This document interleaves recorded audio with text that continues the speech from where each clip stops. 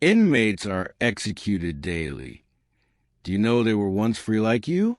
In this video, we bring to you the true record on the oldest persons executed in 2010. This is Inmate Execution Channel. Subscribe to be part of this community. Thank you very much for subscribing to the channel. On May 27, 2010, at 6:20 p.m., a white curtain closed on Alabama's longest-running death row saga. Thomas Warren Whisenant, aged 63, succumbed to lethal injection at Holman Correctional Facility, ending a 32-year legal odyssey that began with the abduction of a 23-year-old mother from a Mobile County gas station. His journey from a Pritchard, Alabama, childhood to the execution chamber spanned 6 decades, 3 confessed murders, and a trail of brutality that would haunt the Gulf Coast. Born January 29, 1947, Thomas entered a world ruled by his domineering mother, Emma. His father, Willie, described as a physically weak alcoholic, endured nightly beatings orchestrated by Emma, who encouraged the children to participate. But Thomas occupied a twisted place of privilege, forced to share his mother's bed until age 7, then kept in her bedroom until 16. Prison psychiatrists would later testify that each victim represented a mother substitute for Whisenant. By his teens, neighbors knew him as a violent troublemaker. At 16, he became the prime suspect in the shooting death of 72-year-old widow Lexi Haynes.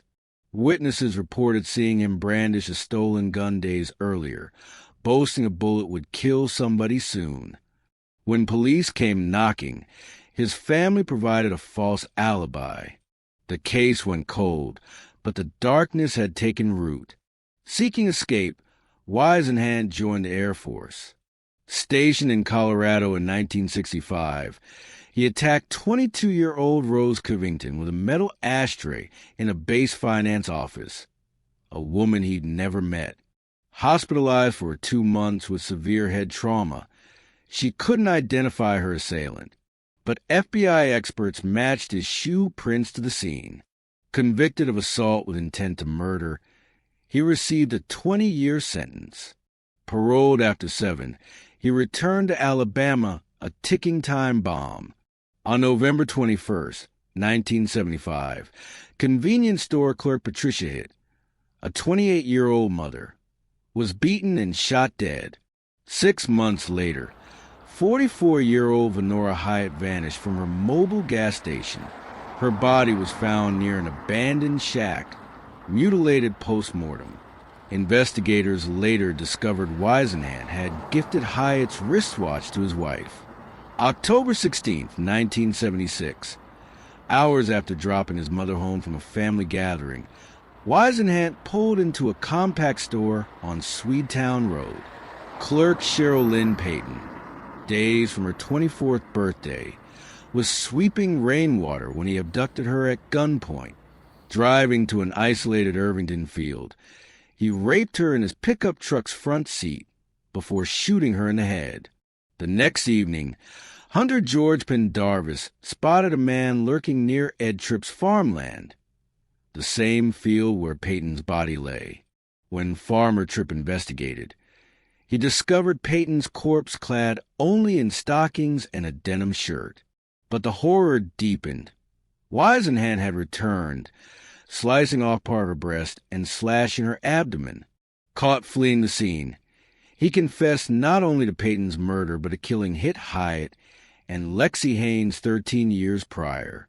Facing trial for Peyton's death in 1977, Whisenant pleaded not guilty by reason of insanity. Defense psychiatrists cited his murderous mama's boy, upbringing, and diagnosed paranoid schizophrenia. Prosecutors countered with his military psychiatric evaluation, presently sane, knows right from wrong.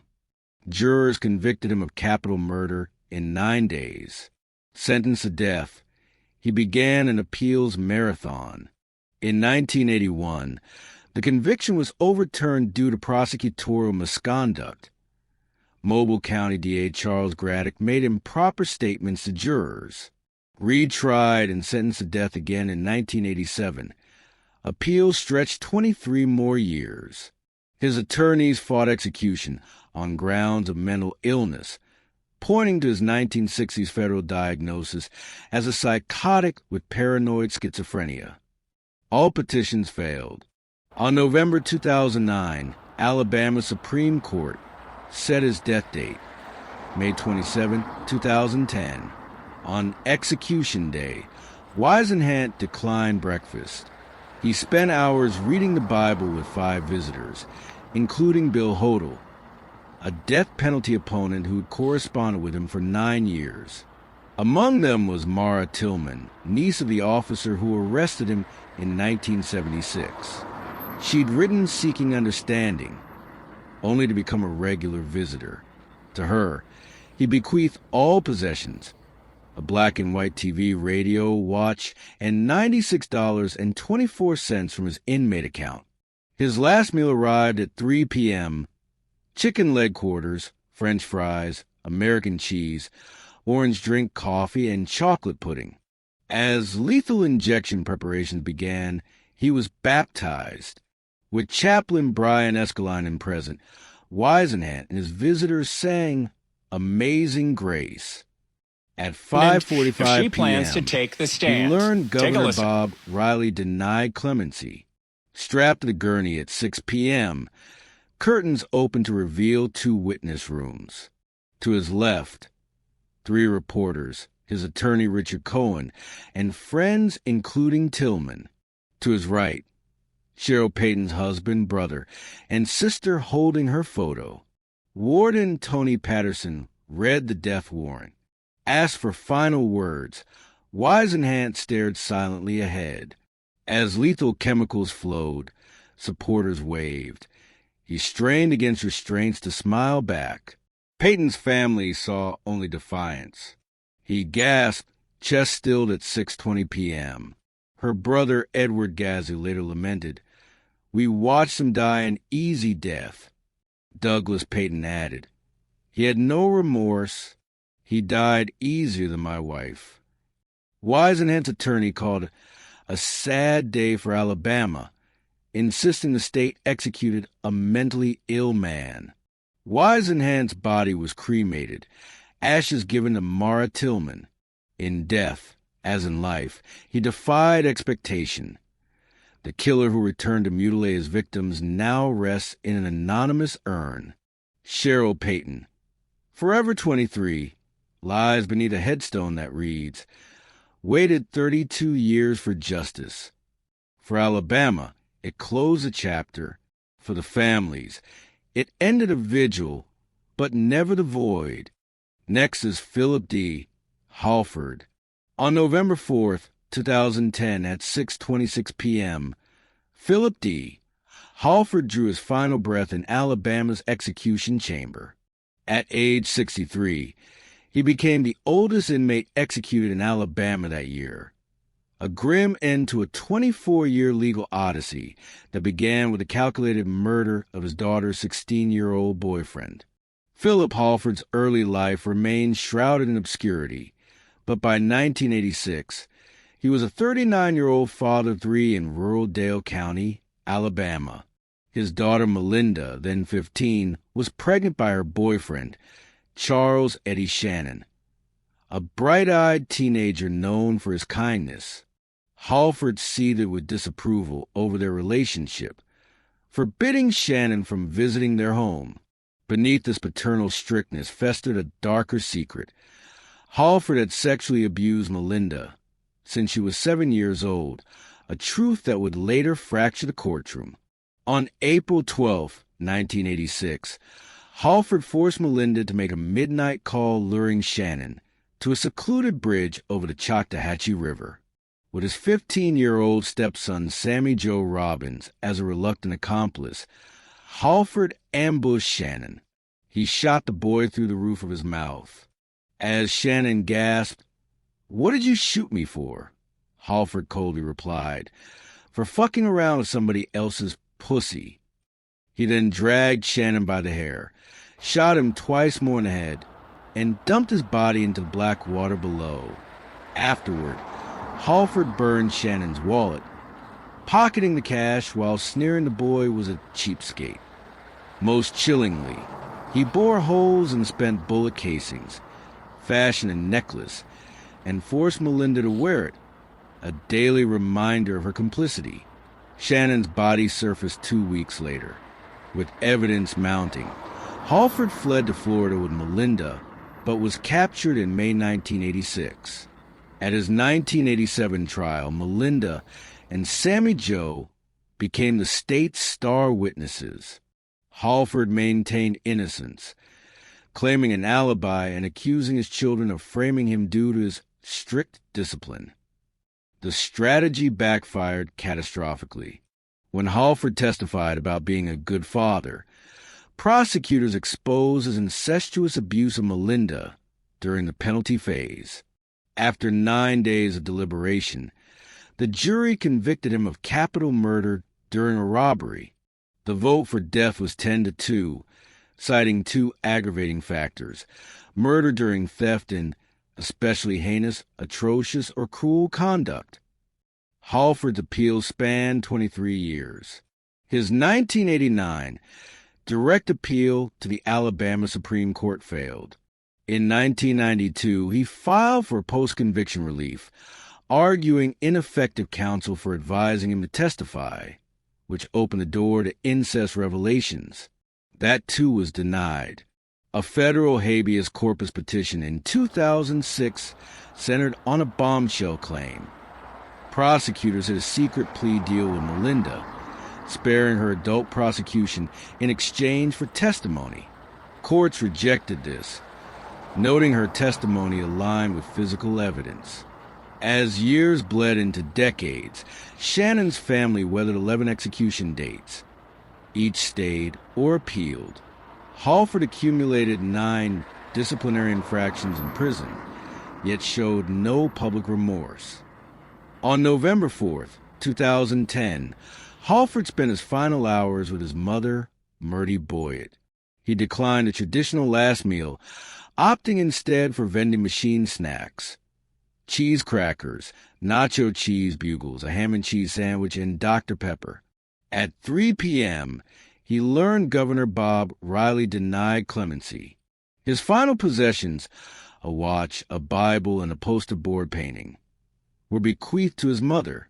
As guards prepared the death chamber, Shannon's stepmother, Angelita Johns, and brother, David Ferguson, stood witness. John's statement echoed in the silent room. Asterisk, Eddie Shannon was an innocent 16-year-old just beginning his life. This execution is long overdue. Asterisk, strapped to the gurney, Halford faced Warden Tony Patterson's question, "Do you have any last words?" His reply was a flat no. He spoke softly to the prison chaplain as the lethal cocktail flowed, sodium thiopental to induce unconsciousness, followed by pancuronium bromide to halt breathing. At 6:26 p.m., he was pronounced dead. Outside the prison, Melinda, now Powell, a married mother in North Carolina, told reporters, "Now he won't hurt anyone else." When informed he offered no final confession, she sighed, "I'm sorry to hear that." Halford's body was never claimed. In death, as in life, he left scars. Shannon's grave bears the dates 1970 to 1986. Melinda Powell battles lifelong trauma, and Alabama closed its bloodiest chapter under Governor Riley, who presided over 24 executions. Finally, the oldest inmate on the list is Paul Everett Woodward. On May 19, 2010 at 6:39 p.m., the state of Mississippi executed 62-year-old Paul Everett Woodward, ending a 24-year pursuit of justice for 24-year-old Rhonda Crane. His death by lethal injection marked Mississippi's first execution since 2008 and the culmination of a legal battle spanning 3 decades. This is a story of a logging truck driver's brutal crime, a family's relentless wait, and a final reckoning inside the walls of Parchman Penitentiary. Rhonda Crane, a volunteer with the Jackson County Youth Court, was driving Mississippi Highway 29 in Perry County to join her family for a camping trip. Near noon, Woodward used his white Mack log truck to force her car to a stop. Witnesses saw a sweating, heavy-set man emerge with a .38 caliber pistol, drag Rhonda from her vehicle, and shove her into his truck. Her abandoned car sat engine running, door open, purse on the seat, a silent alarm. Woodward drove Rhonda to a secluded wooded area, raped her, and executed her with a single gunshot to the back of the head. Her body was discovered the next day by her father. Within 48 hours, investigators zeroed in on Woodward, the only logger operating a white truck in the area that day. After his arrest, he confessed in writing, on video, and even to his employer by phone. "I killed Rhonda Crane." A blue-top fountain pen found near her body matched those used at his timber yard. Charged with capital murder, kidnapping, and sexual battery, Woodward's trial was moved to Hinds County due to publicity. His defense claimed a lifelong battle between good and evil, citing prior mental hospital commitments and alleged conversations with the devil. Prosecutors countered with irrefutable evidence, eyewitness accounts, physical evidence, and his own confessions. In 1987, the jury delivered a guilty verdict and death sentence, but this was only the opening act in a legal marathon. Woodward's first conviction was overturned in 1993 due to a technicality: improper prosecutorial conduct. At resentencing, he received death again. His appeal stretched 23 years. 1997, Mississippi Supreme Court upheld the sentence. 2009, the U.S. Fifth Circuit Court denied habeas corpus relief. May 7, 2010, Mississippi Supreme Court set his execution for May 19th, the first of back-to-back executions with inmate Gerald Holland. Through it all, Rhonda's sister Renee Lander voiced the family's anguish. He had many appeals. He gave Rhonda none. At 5 p.m. on execution day, the 307-pound Woodward devoured his final meal: a grilled hamburger with mustard, mayo, lettuce, tomato, onion, and pickles, salted French fries, fried onion rings, beanless chili, a pint of vanilla ice cream, and 2 20-ounce root beers. Corrections Commissioner Chris Epps noted he left only a few fries. He met with spiritual advisor Buck Buchanan, but declined family visits. He had no contact with his 5 children or 11 grandchildren in his final days. After Governor Haley Barbour denied clemency, Woodward walked into the chamber at 6 p.m. strapped to a gurney. His final words were calm: "I would like to say the Lord's Prayer."